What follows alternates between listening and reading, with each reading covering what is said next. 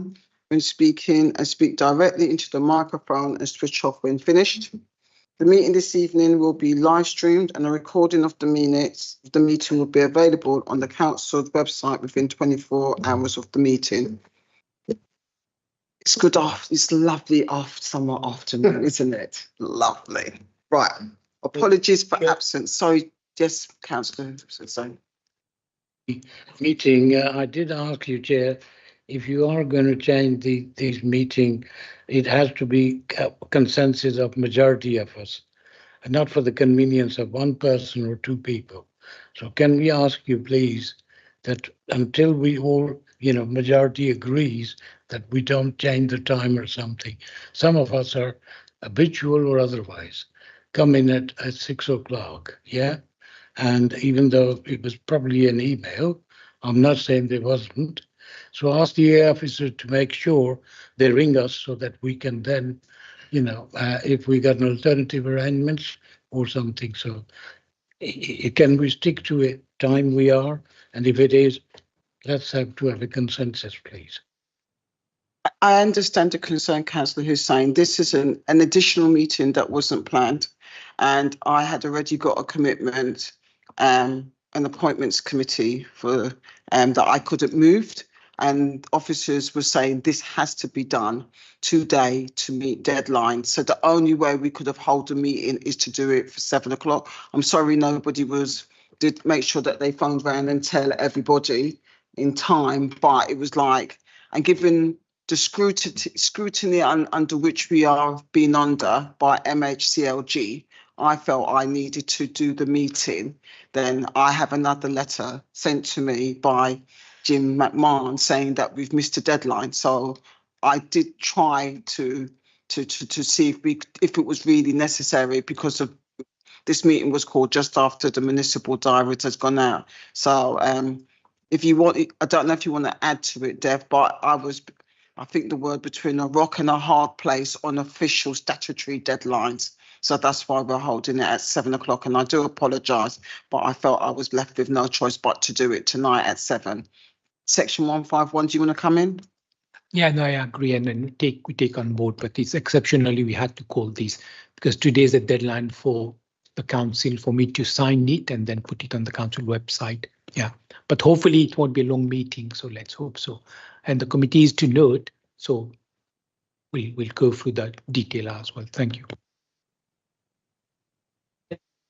So you said that again. Was it today's deadline to so, yeah, so the 18, 19, 19, 20 government sort of allow council to publish the accounts beyond the 31st of May.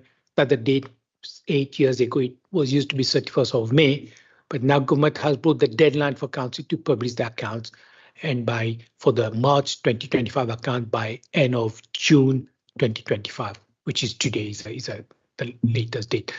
I don't know, but maybe there will be council who will probably be struggling to publish, but we try to push our level best to get the accounts out by 30th of June.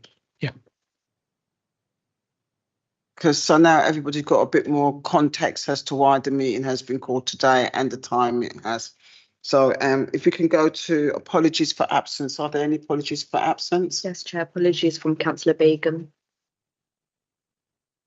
Okay, thank you. Agenda item 2, minutes. Minutes of the 4th of March 2025. If we can go to page 5. We're going through each page for accuracy. Page 6.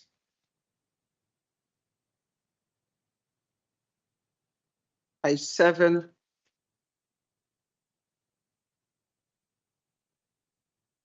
Page 8. Page 9. And page 10. Are there any errors, omissions? No. Okay. Colleagues, for those that was in attendance on the 4th of March 2025, do you concur that the minutes are correct, a true reflection of the meeting that took place? Yeah. Okay, thank you. We'll now move on to agenda item 2.2. and that's for the minutes of the 20th of May 2025, page 11. Are there any errors or omission on that page? No.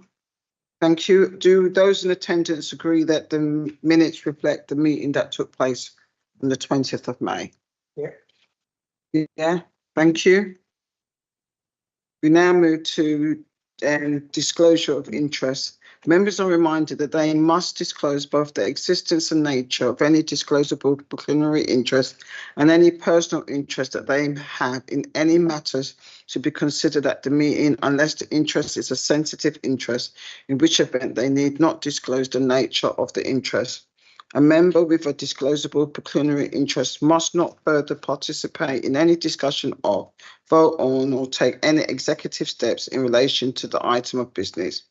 A member with a personal interest, which a member of the public with knowledge of the relevant facts would reasonably regard as so significant that is likely to prejudice the member's judgment of the public interest, must similarly not participate in any discussion of, vote on, or take executive steps in relation to the item of business. Disclosable pecuniary interests and personal interests are defined in the Council's Code of Conduct for members and co-opted members. We now move on to agenda item 4, section 106, Local Government Act 1992. Are there anything there? None, Chair. Thank you. Are there any urgent business to item 5? Again, none, Chair. Agenda item 6, reference from committees and other bodies. Are there any there? None, Chair. Thank you. We move on to agenda item 7, approval of draft statement of accounts 2024 unaudited, page 12 to 174. Can I pass over to Francis, please? Thank you. Thank you, Chair. For those who may not know me from the training session that we ran not long ago, I'm Francis Austin. I'm a financial consultant and I led on the production of these accounts, which I'm going to take you through now. Just to set the start, there is an addendum paper to this report, and I'll just explain why. We did have to make some changes after we published the papers for this committee, and it's only right that we don't ask you to note accounts that have changed. They're not huge changes, but a bit like the proverbial butterfly that flaps its wings in the Amazon. If you change one part of the accounts, it changes a number of them. So there seems to be a long list here. It's not actually that long. It's a small number of changes that have a ripple effect. And the latter part of this addendum is basically just showing you what it would have been if this had been in there in the first place. So the main part is in the summary of changes at the front. So I just thought I'd mention that at the start. So if we could move on to the second of the slides on here, I'll step you through the accounts and the sort of key messages from there. So the council's obliged to prepare the accounts under the accounts and audits regulations. So we need to be clear on the proper arrangements for putting in place and following the right procedures. So I won't read out what's on that slide, but basically it's a very regulated world. If we could have the next slide, please. The way we've approached this is in year we have monitoring reports. We then get to the end of the year and we prepare the accounts in accordance with proper standards. We then produce a draft statement of accounts, which we present to you to note before we publish it formally on the website. So that's the purpose of this meeting. So you see these accounts before they go public finally today after this meeting. After we've published the accounts, there's an inspection period of 30 working days, which starts tomorrow, and the public can ask questions of the auditors and inspect the underlying records that make up the accounts. Once that's concluded, the audit will start off in July, but the main thrust of the audit is going to be in the autumn. The statutory date by which it needs to be finished is the 28th of September. So the auditors have quite a lot longer than we have had to prepare these accounts to actually audit them. And once they are audited, they will come back to this committee for approval. At the moment, we don't know when the audit will conclude. So that's to be arranged at a later date. We could move to the next slide, please. I'm going to take you through the 4 core statements and highlight some aspects that I think you need to be aware of from those statements and some of the things they show. So if we could have the next slide.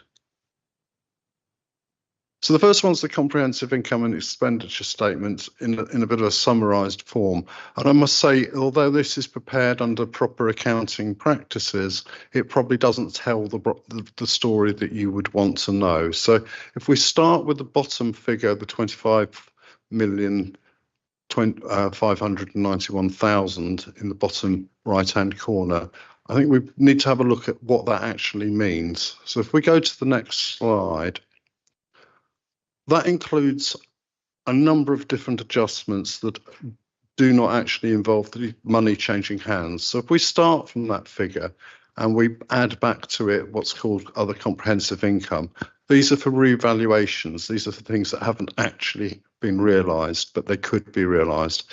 That takes us to what's called the surplus and deficit on the provision of services, which is showing a surplus of just over £4 million.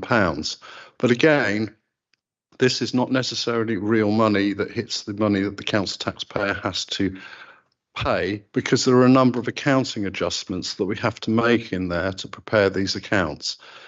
If we add those back, we get to a deficit of £5,674,000.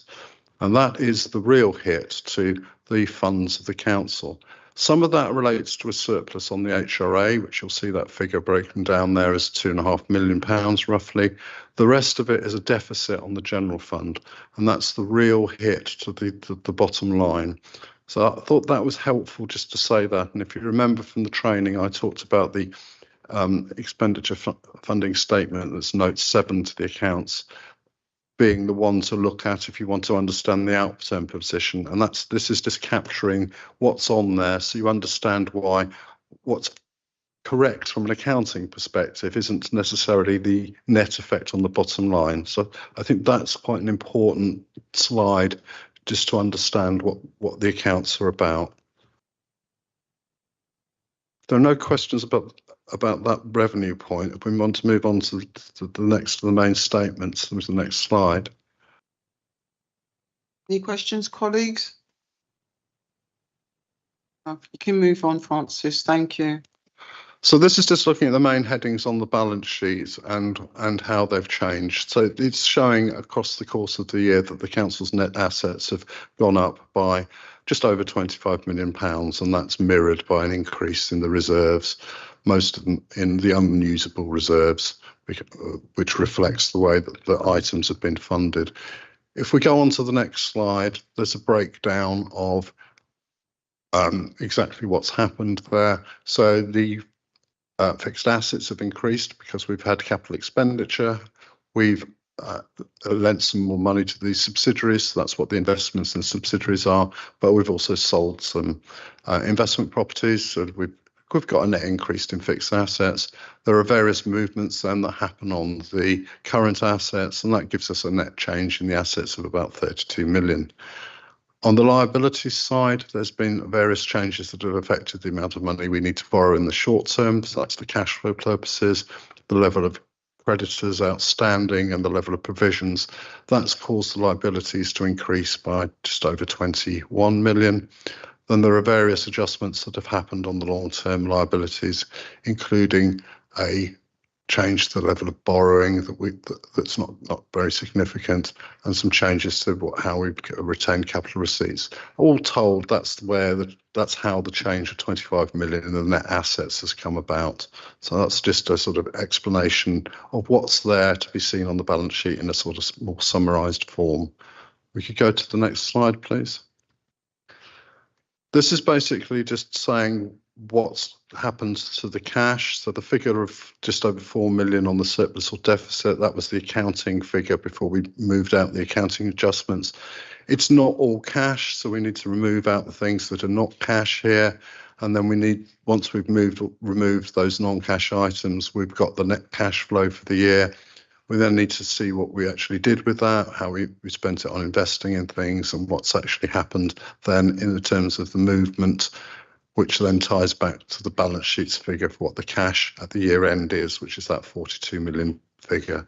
So This is basically showing you how you can move from that accounting deficit position, what that actually means in terms of the cash that's going through the accounts. If we could have the next slide, please. This slide's just showing what's happened on the usable reserves. So these are the ones that are real money that can be spent. This is looking at both the general fund and the HRA. The thing I'll highlight here is the drawdown of money on the earmarked reserves, that figure of £7 million. If you remember from the earlier one with the analysis of what the real surplus and deficit position was, there was a deficit of approaching £8 million. There's a small top up into those reserves, but that 7.5 million is the money that's been drawn down to finance that deficit. So that's I think a point that needs to be highlighted on that slide. If we can move to the next slide, please. That was the main statements. Within the statement of accounts is the annual governance statement. So this is very much looking at the control regime that's present in the at the council. We're not asked to sign this today. It will come up for signature at a later point, but I just want to highlight what it does and what it's there for. So when you see it in the accounts, this slide shows what it's all about. If we could have the next slide, please. We've gone through quite a lot of work to improve the quality of these accounts and to take on board some of the criticisms that were made by Grant Thornton and Ernst & Young's previous auditors, and this is very much about how we've gone about approaching these accounts. So we've approached it by having a very detailed timetable and allocating the work out in a clear way. We've been very ambitious in producing this, so we revised the model that produces the accounts to make sure it ties back to the figures that are actually on the ledger, and there's a very clear link between the two, and there's an audit trail that takes you from one to the other in a very demonstrable and clear way. As you will have seen, we've reformatted the accounts at the same time as being ambitious with the model, so you see them in a very different format, and I hope that makes them easier to understand and to be able to draw the information out and the comparisons between the year. The final accounts were initially put together by the closure team and then came to me to be reviewed to make sure that they worked, which I believe they do. We've taken external advice as we need to when there's changes, such as the treatment of leases that has changed in these accounts. And at the very end, Dev, as the Section 151 officer, has quality assured this and assured himself that he is in a position to sign these accounts. So that was the quality assurance process. If we can go to the next slide. We've done some specific things to look at what's there to ensure we understand how the year-on-year comparison works between the figures, to make sure that things look reasonable, that we understand why there are major variations and we've got explanations of them. We've used Grant Thornton's consistency checker, which demonstrates whether the accounts actually stack up and are internally consistent with each other, which the consistency checker says they are. We've ensured that the figures agree to the ledger. That was the model that I described in the previous slide. We've checked whether the figures are presented and the commentary in the narrative report, for instance, are consistent with other publications and reports, which again, I'd like to assure you they are. And finally, where we've had to make changes since the dispatch of the original report, we've brought those to your attention, which is why you have the addendum report in front of you. We could go to the next slide. Helen, you got a question? Sorry. Thank you, Chair. It just fits in perfectly in that kind of section, if that's okay, if you don't mind me asking. I was going to ask a couple of questions about the QA process, if that's okay, and learning from it. I can see that the addendum includes that you've addressed the prior year ones, and I would just suggest that maybe that's done slightly earlier in the process next year, because one of my comments was going to be some of your prior years don't tally to the accounts that are on the website for 23-24. So thank you for addressing that, but I think it needs to go in the QA process earlier. And my second point was going to be, on your QA process, when you're checking the numbers to the ledger, do you also check the detailed working papers that back up those figures as well at the same time? So yes, we do very much check that the figures agree to the ledger. What we have built is a model where if you change a figure on the ledger, we literally load the latest trial balance into the model and it will change the figures on the actual face of the accounts. It's a model that links right up to the production document on here. So we very much know exactly the provenance of any figure and we can chase it back. If there is a need for working papers to explain what the ledger figures mean, and I'm very much keen that we actually try and use the ledger figures direct without manipulating them, but that's not always possible, then there is a structured directory that saves all the working papers and they are reviewed for consistency with the figures that we've included in the accounts and where they come from on the ledger. The final part of the exercise now is to make sure that all our ducks are in a row in terms of having the documentation available for the auditors so that they can say, we want to see this, and we can say, well, here it is, it's in this folder and we've checked it and we believe it to be correct. Thank you for that. I wasn't saying for one moment about manipulating the figures on the ledger.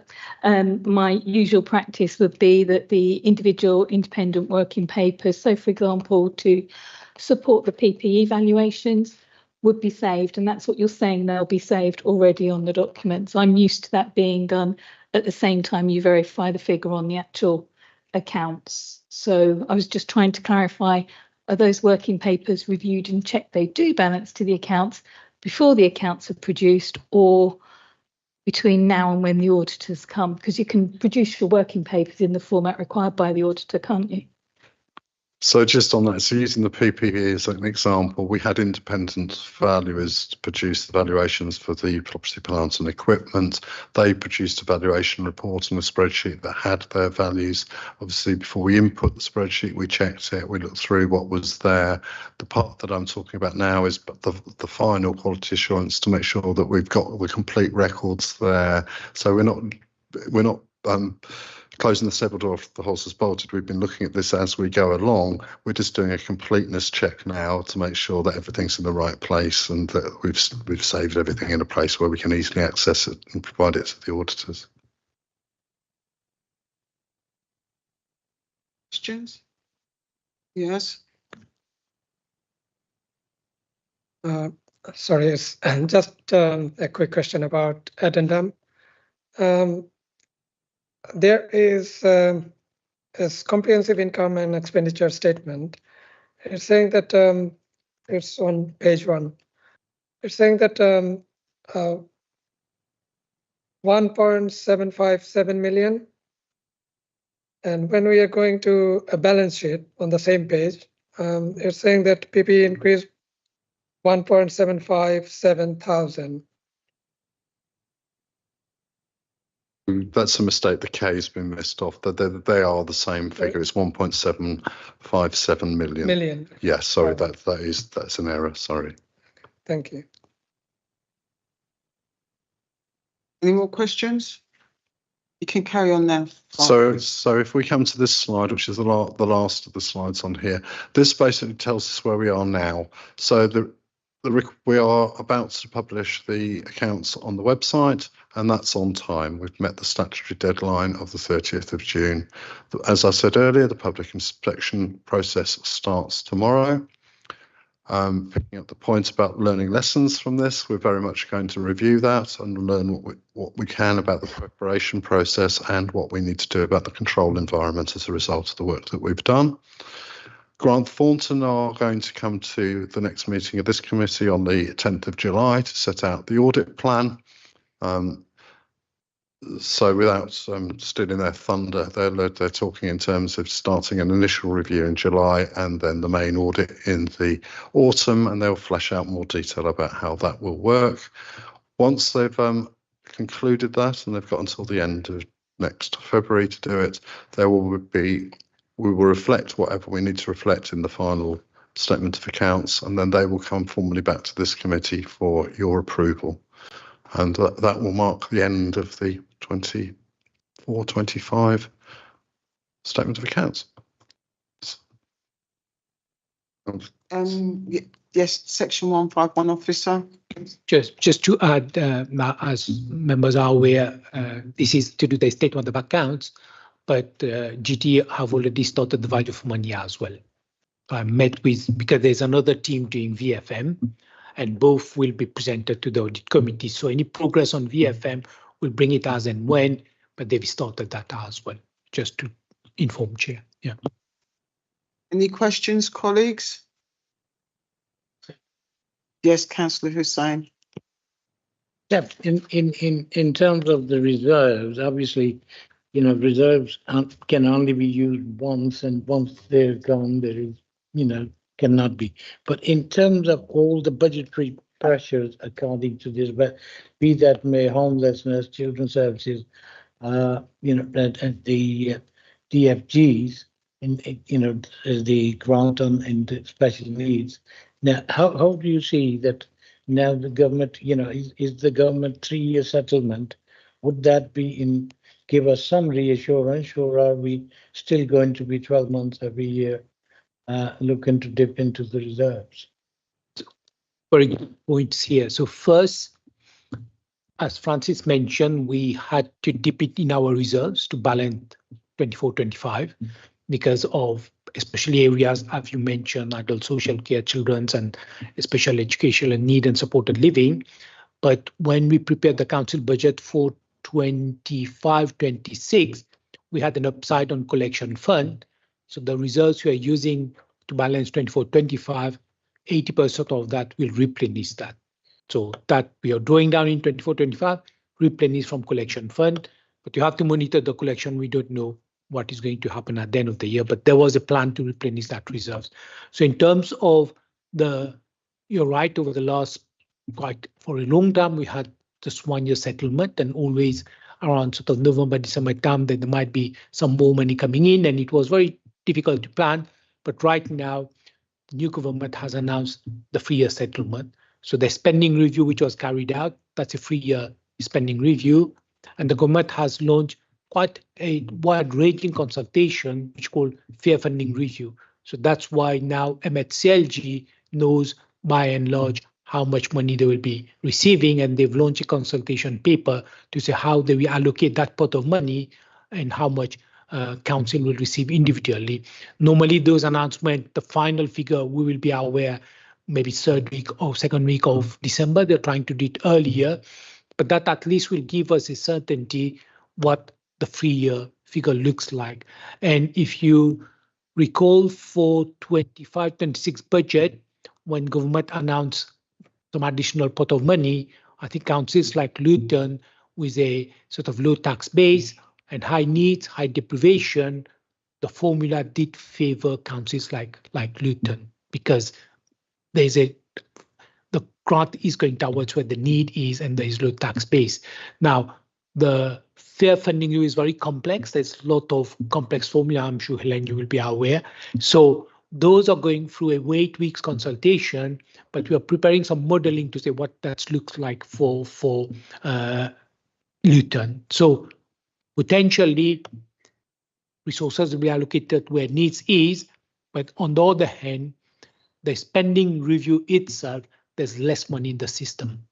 So for the next 3 years, the amount of money allocated to all departments, I think the MHCLG local government has only slightly better, but the pot itself has shrunk.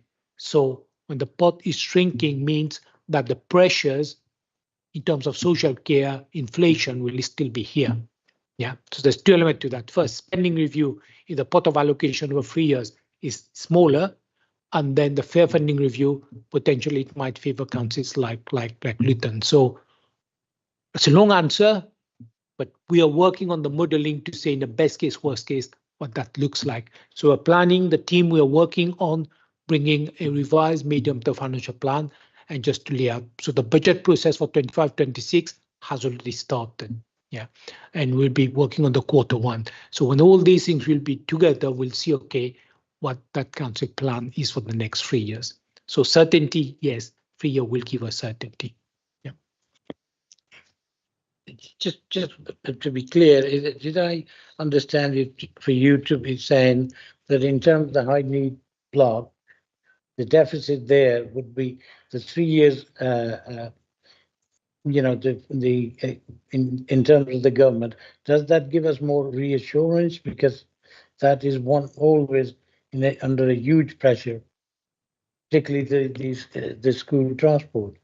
Yeah. So there's the high needs block where a lot of councils are really struggling, and that government has allowed another year of dispensation. So council will be overspending, but that won't have impact on your bottom line figures. So government is bringing another consultation paper to deal with the high needs block. But the transport, the send transport, what government is doing is there are, I think, around 300 different grants. So they're putting all these grants together and try to allocate money where the needs. So special education need is an area where the need is. So potentially there will be more resources allocated toward those need area. When the allocation is done, whether it will be enough, that's the bit which we'll have to see. Because as I said, no matter how the pot is allocated, the spending review, the amount of money in the system, it's lower than what was about 3-4 years ago. So hopefully areas like social care, so some of the council will see that districts potentially they might lose, but those areas where unitaries or metropolitan borough where there is sort of a high social care spend, potentially there'll be more money allocated. So at this stage, we are hopeful, but on the other hand, the pressures is still here. So children transport, adult social care, the pressure is still here. So we're working on that. Hopefully in the next couple of months, we will be much clearer how much money is allocated or not allocated towards councils like Luton. Councillor Underwood. Thank you, Chair. Can I ask for an explanation of the medium-term financial plan? So it's saying that there's going to be a 22.8 million deficit over the next 3-4 years to 2029. But at the same time, you're saying that the transformation programs and deficit recovery programs are going to enable us to set a balanced budget for that period. How do you reconcile the fact that we're planning for these deficits at the same time as saying we're going to have a balanced budget for that period?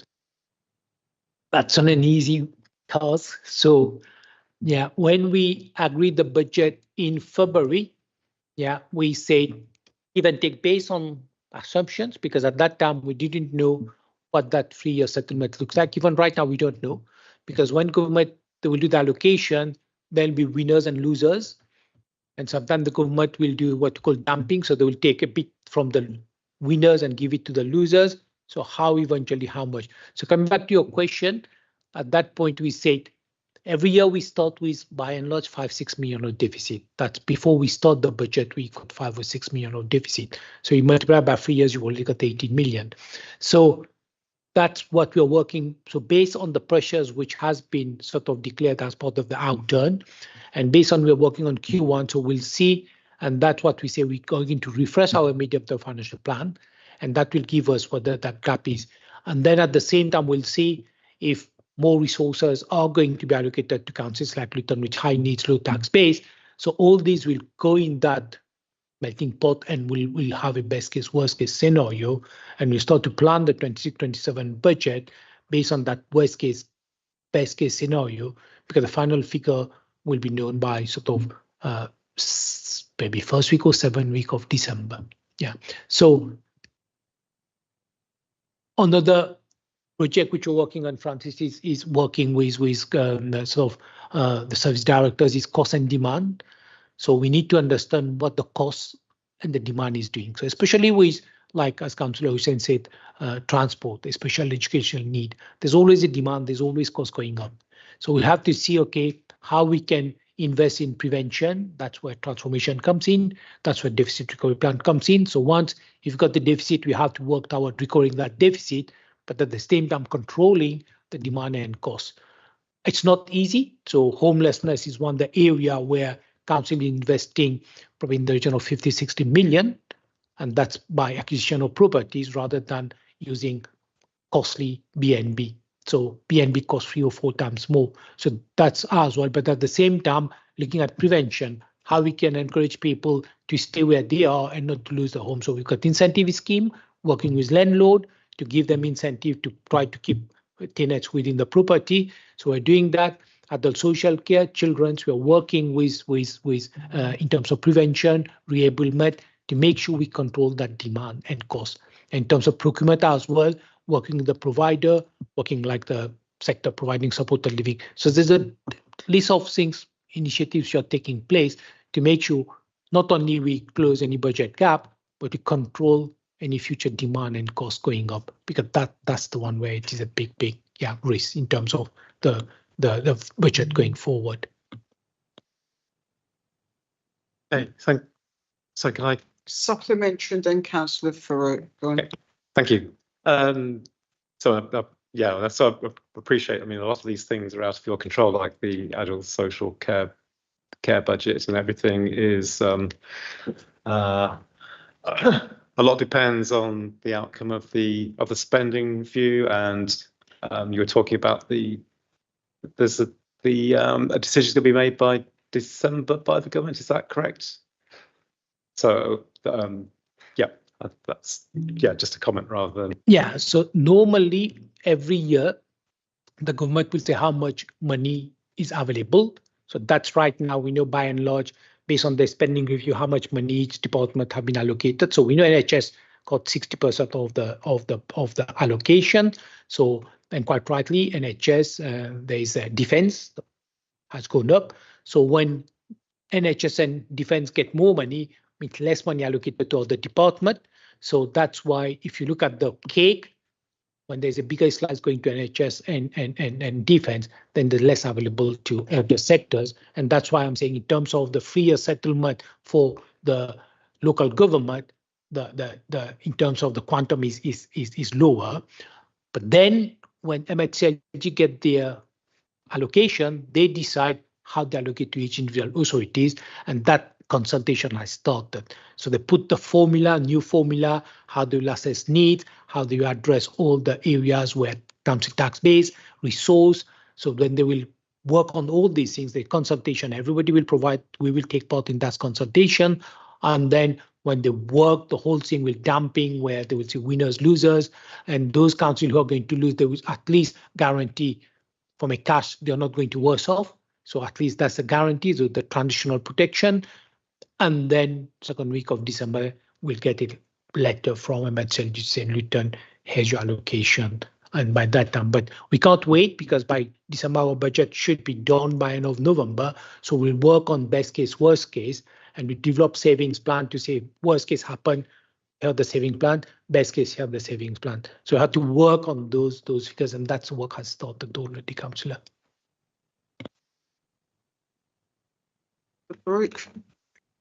Thank you, Chair. My understanding is that when we are going to have a next meeting, and we will have a clear picture on our budget and how well we're doing for 2025 and 26 here. So normally when we prepare the budget like 26, 27, we're always working on 3 years. So 24, 25, the outturn was presented to the executive last week, I think. Last week or the week before. Then we've got our quarter one. So this is telling us what the first quarter is telling us. So we've got outturn 24, 25, first quarter 25, 26, and then we start working on 26, 27. So as we go along, by September, October time, there will be various meetings will take place, discussion will take place. So we should have some indicative figures around sort of end of October, and we're planning to fine-tune the budget by end of December. So bringing the budget planning forward by 1 month, so that at least because we've got much more detailed information this year about the 3 year. In prior years, we have to wait for December and sometimes even January.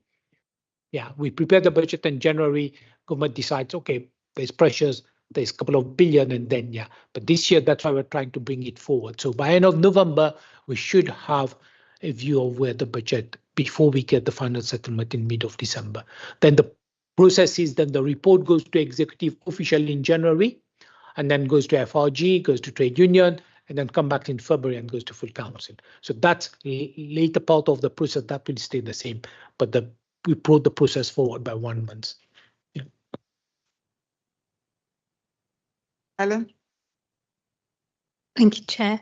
I did before I ask my question, I did want to say I do feel the accounts are in a much better and easier to understand and easily reconcilable format this year than the previous ones that I've seen. So I do want to make sure I give that feedback, because I did spend my Sunday afternoon ticking and checking all of the numbers across. It was quite happy. Took me back to when I used to do them. But my question I was going to ask was on page 68, or is it 91 of 181, which is the accumulated absence. No, it's the staff. It's not the accumulated absences. I'm quite interested in how the staff paid over 50,000 has increased so much between the 2 years, both for the council and for the community schools. I think they've increased by over 200, and it seemed quite a high increase.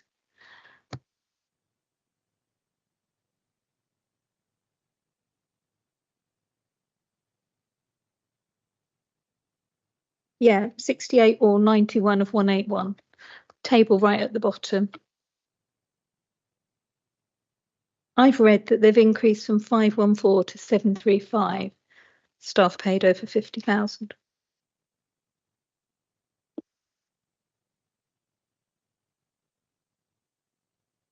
No. Census. Which page is it on the is it on the accounts, page 68, or on the agenda?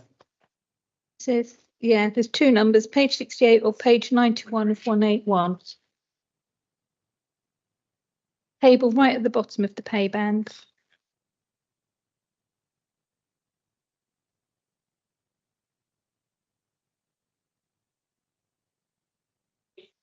Page 68, yeah, it's the table right at the very bottom. Employees paid over 50,000 in the band. All employees paid over 50,000. 17 revenue. Right, okay. Yeah, so what you're saying here, employees paid over 50,000 has gone up from 53 to 105. So Yeah, that's what the figure is saying. So the question here is there was 202, which is 50 to 54. So 514 has gone to 735. Is that the question? Yeah. So I'm interested in the number where those number of the pay band is 514 in 23-24 Yeah. has gone up to 735. Yeah. Okay. We'll Yeah. make a note. We'll come that, but that's coming from the system. Yeah. So we'll come back to that. Make a note of that. Yeah, it seemed like quite a big increase. I appreciate Yeah, it it across looked- council yeah. offices and across community Yeah, schools. yeah. But it seemed quite high, and Yeah. probably something would be worth checking and verifying. Yeah. We'll look at that. No problem. Yeah. Almost 50% Sure. increase seemed high. Yeah. Thank you, Chair. Is that okay? Any more questions? Any comments? Right, so if we go to page 12. Recommendation to the committee is recommended to review and scrutinise the draft unaudited 2024-25 statement of accounts and the draft annual governance statement appendix 1 and make any comments or recommendations to the director as appropriate in advance of the audit. So we've had some questions. Are we in agreement? Yeah. Go on. Just financing chair, if I may. So just as Helen mentioned, big improvement in the accounts. Big thank you to the team here. There's a team behind the curtain as well. So there's a Richard, there's the whole finance team, there's a whole council, there's members as well, all your due diligence and everything. So it's a teamwork, all corporate directors, all service directors, the LAL group where they produce the group accounts, the auditors where they have to produce the valuation, produce the taxation, Foxhole accounts, Connect to Luton accounts. It's not just a council account, all 4 accounts. So a big achievement. I'm sure when we go through, there might be things which will mop up, but after 6 or 7 years, Chair, that we've met the government deadline. So I have to say a big thank you to the team and to everybody. Yeah, thank you. Councillor Hussain and then Councillor Malik. Yeah, I'd like to thank the hard work that you've done. I was blaming the chair, but it's you that caused the problem. I sat in the bloody room that was boiling hot, and it really got to me for sitting there, coming here at 6 and sitting in the group room for 1 hour. And I tried to go to the cafe, and then that didn't have air conditioning either. So it really got to me. I said, who the hell changed that bloody time? So my apologies if I sounded, because it really got to me. But thank you very much for all the hard work, every one of you in your team. We're very grateful. So Malik. I agree with Dave, because it's a very big achievement to complete the accounts within the time limit. And secondly, I was reading the balance sheet, profit and loss account, and cash flow, which is very well explained with the details. If a person can understand the accounts, he can definitely understand it's in a one go. So I must say, and we are very, very thankful to you guys to see that our accounts are ready within the time limit 2024 to 2025. Thank you so much. Just ensure that the committee is minuted. The committee gives their thanks to the team and the team behind the team. Thank you. Right, if we now can move on to the next item on the agenda, which is agenda item 8. Thank you. So that's Audit and Governance Committee Draft Work Programme, page 175 to 181. I've got one question, Dev. The management accounts, when are they going to come? That is from the good governance stuff we've been talking over a year. I don't see it inserted within the work plan. So when are you proposing for that to be in the work plan, please? Yeah, so the first management accounts we are working on, it will go to the executive because we don't have executive in August. So the first executive in going to September. So we'll bring at the same time, if you got on your work plan, chair the audit committee in September, we'll remove the management account. Yeah, and then we'll program in the same way. There's a program for all the management account Q2, Q3, Q4. So we'll share that forward plan with Democratic Services, and we can pencil in the audit committee. But what we try to do, we try to bring it to the executive first, and then goes to audit committee, because executive need to look at that. So I will pencil all these. Okay, so I think can we have it the management account as far as it's up to, whether it's first or second quarter?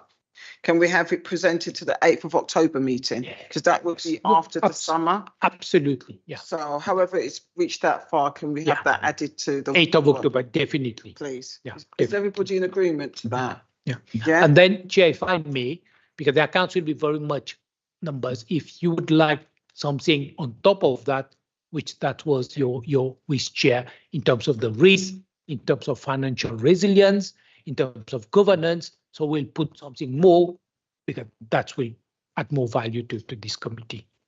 Well, yeah, the management accounts first, because then for me, the committee's done its thing. Sure. But it needs to do more strategically, and I think it would be good as well to say where we are on the recommendations of the good governance review. Yes. What we've delivered, if we can put that in the public domain, that will be good, because that will show transparency of the work that we've done. I think that would be a good way forward, please. And we've done our job. So for the 8th of October. Anything else, colleagues, you would like to add to the work plan? Oh, devolution. No, that's the risk register. Devolution on the risk register, Steph. So we did discuss that, Chair. So we are going to had a discussion with the chief exec when we are going through the risk register. So I think it's something which chief exec is minded to put it on the risk register. So, okay, Councillor Underwood, before in the last municipal year, did approach me for it to be added. Can we please ensure that it's done? Yeah. On that one. Okay. Yeah, I'm making a note here, Chair. Thank you. Helen, you got your hand up. Go ahead. Thank you. I'm just wondering if we can remove something from the August meeting, because you mentioned the audit is taking place in the autumn. So where it says the approval of the draft statement of accounts 20 question, do we need that in August still, or can we take it off because we've got it later on? The statement of accounts Yeah, August, we can take it off, yeah. Because Yeah. that was carried forward from last year. Okay, Yeah. so we've got Yeah. a space there. Thank you. Yeah, but what auditors will do when they're progressing the audit, they might say they want to bring an interim report, but then we'll fit it in the work plan. Progress Depends. report Yeah, would be great, absolutely. but yeah. Accounts, no, thank you. It's too early. Okay. Is that okay? Anything more? Right, on that note, colleagues,